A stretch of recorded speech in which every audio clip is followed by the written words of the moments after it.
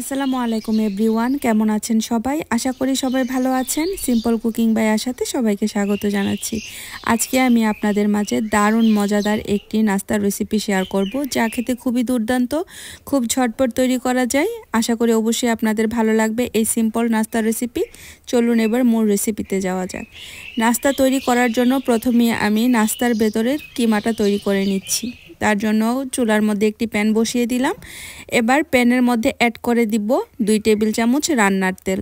তেল যখন হালকা গরম হয়ে আসবে অ্যাড করে দেব মাঝারি সাইজের 3টি পেঁয়াজ কুচি। চুলার আঁচ মিডিয়ামে রেখে ভালো করে নেড়েচেড়ে পেঁয়াজের কালার যতক্ষণ পর্যন্ত না ব্রাউন কালার হয়ে আসছে ততক্ষণ পর্যন্ত আমি ভেজে নেব। ভিডিওর এই পর্যন্ত এসে যারা একটি লাইক দিতে ভুলে গিয়েছেন, অনুরোধ রইল একটি লাইক দিয়ে সম্পূর্ণ ভিডিওটি কন্টিনিউ করার জন্য।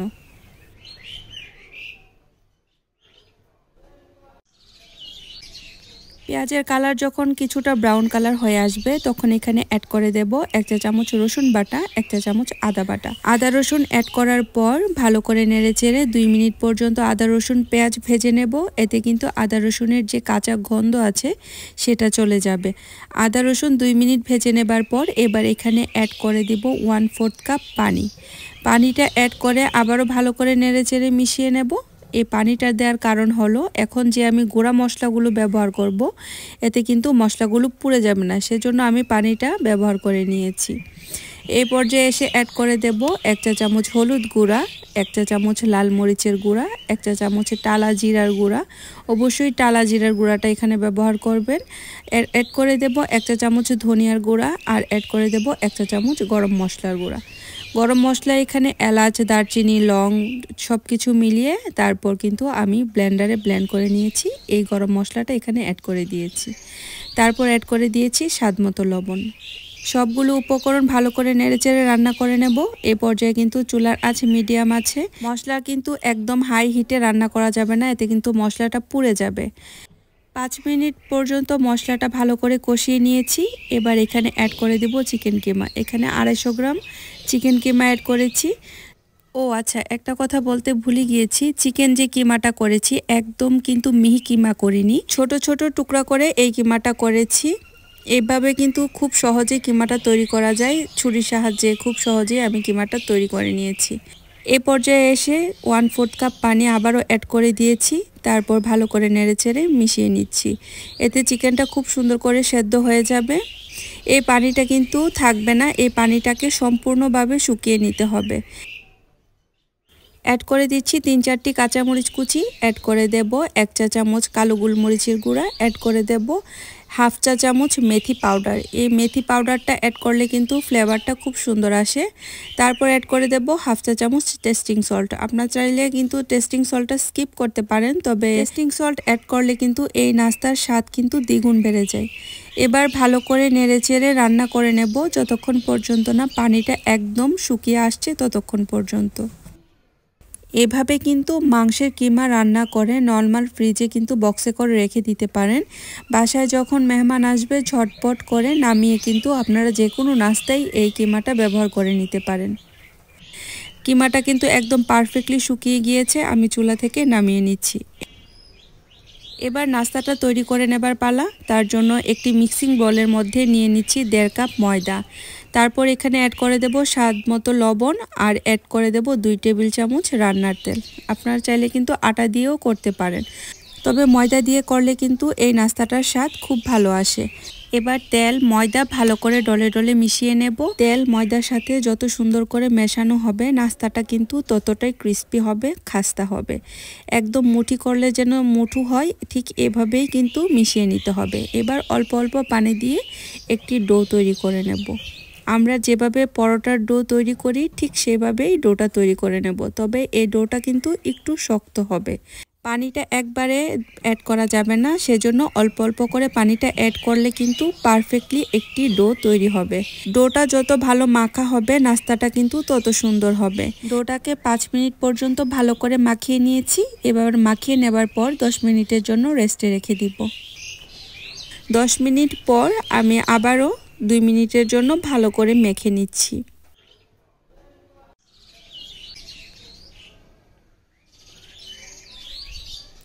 ভালো করে মাখিয়ে নেবার পর এবার ছোট ছোট করে লেচি কেটে নিচ্ছি। আমরা নর্মালি রুটি করার জন্য যে লেচিটা তৈরি করি তার চেয়ে একটু ছোট করে এই লেচিটা তৈরি করে নেব।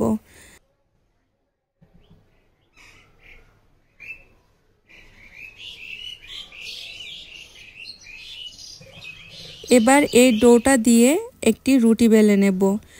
আমি উপরে কিছুটা ময়দা ছড়িয়ে দিচ্ছি, তারপর বেলুন দিয়ে বেলে আমরা নর্মালি যে রুটিগুলো তৈরি করি ঠিক সেভাবে রুটিটা তৈরি করে নেব। আমার এই সিম্পল রান্নাগুলো যদি আপনাদের কাছে ভালো লেগে থাকে প্লিজ সবাই লাইক শেয়ার কমেন্টস করবেন। আর যারা আমার চ্যানেলটি এখনও সাবস্ক্রাইব করেননি প্লিজ সবাই সাবস্ক্রাইব করে আমার সাথেই থেকে যাবেন। সুন্দর সুন্দর কমেন্টস করবেন। আপনাদের সুন্দর কমেন্টস কিন্তু আমার পরবর্তী ভিডিও বানাতে অনেক বেশি উৎসাহিত করে। একদম পাতলা করে রুটিটা বেলে নিচ্ছি। এবার মাঝখান দিয়ে ছুরি দিয়ে আমি কেটে নিব। একদম মাঝ বরাবর কেটে নিতে হবে।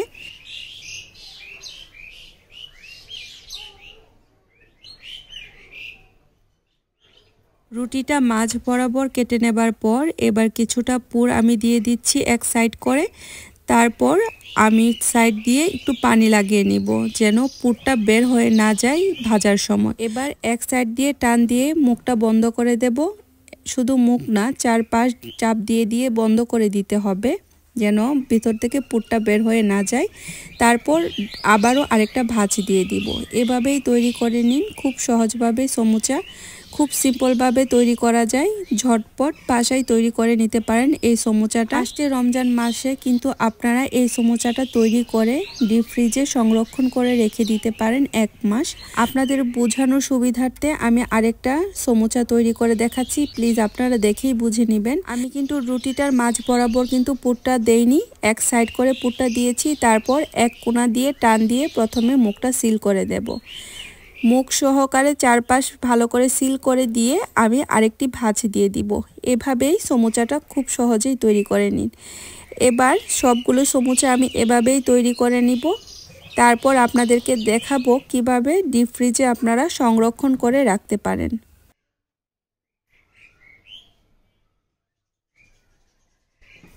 এবার সবগুলো সমুচা আমি একটি বক্সের মধ্যে কিভাবে ফ্রোজেন করছি সেটা দেখাচ্ছি।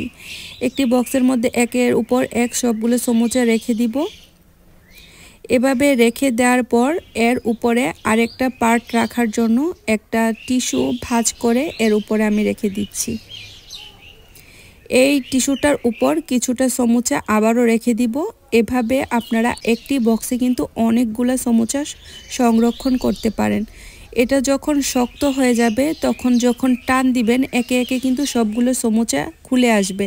আমি এভাবেই তৈরি করে সমুচাগুলো রেখে দিই, যখন প্রয়োজন হয় তখন বের করে শুধু ফ্রাই করে নিই। এই নাস্তাটা বানাতে যতটা সহজ খেতেও কিন্তু ততটাই সুস্বাদু। খুবই ঝটপট তৈরি করা যায়। বিকেলে চায়ের নাস্তার সাথে কিন্তু আপনারা পরিবেশন করতে পারেন। চাইলে বাচ্চাদের টিফিনেও আপনারা দিতে পারেন, বাচ্চারা তো খুব পছন্দ করে এই ধরনের নাস্তা। এবার কয়েকটা সমুচা আপনাদেরকে ফ্রাই করে দেখাচ্ছি কী নিয়মে ফ্রাই করলে একদম পারফেক্টলি মচমচা হবে। তার জন্য চুলায় একটি প্যান বসিয়ে দিলাম, অ্যাড করে দিলাম 1/2 কাপ তেল। তেল যখন হালকা কুসুম গরম হয়ে আসবে তখন আমি এই সমুচাগুলো দিয়ে দিব। চুলার আঁচ মিডিয়াম টু লোতে রেখে এই সমুচাগুলো ফ্রাই করে নিতে হবে। তেল অতিরিক্ত গরম করে যদি এই সমুচাগুলো দেয়া হয় এতে কিন্তু সমুচার মধ্যে খুব তাড়াতাড়ি কালার চলে আসবে, একদমই ক্রিস্পি একটা ভাব আসবে না, এতে কিন্তু সমুচা খেতেও ভালো লাগবে না। চুলার আঁচ মিডিয়াম টু লোতে রেখে এই সমুচাটা সম্পূর্ণভাবে ভাজতে হবে। বেশ তৈরি হয়ে গেল মজাদার গরম গরম মাংসের পুরে ভরা সমুচা রেসিপি। আশা করি আপনাদের ভালো লেগেছে। খুবই সিম্পলভাবে আর খুব ঝটপট আর খুব অল্প উপকরণে তৈরি করে নিন বাসায় আজকেই এই মজাদার পরিবেশনের সময় এই সমুচার স্বাদ যদি দ্বিগুণ বাড়াতে চান অবশ্যই ধনেপাতা চাটনি বা টমেটো সসের সাথে পরিবেশন করবেন, দেখবেন এর স্বাদ দ্বিগুণ বেড়ে যাবে। আজকে এ পর্যন্ত, পরবর্তী নতুন আরেকটু রেসিপির সাথে দেখা হবে ইনশাআল্লাহ। সবাই অনেক বেশি ভালো থাকবেন। আল্লাহ হাফেজ।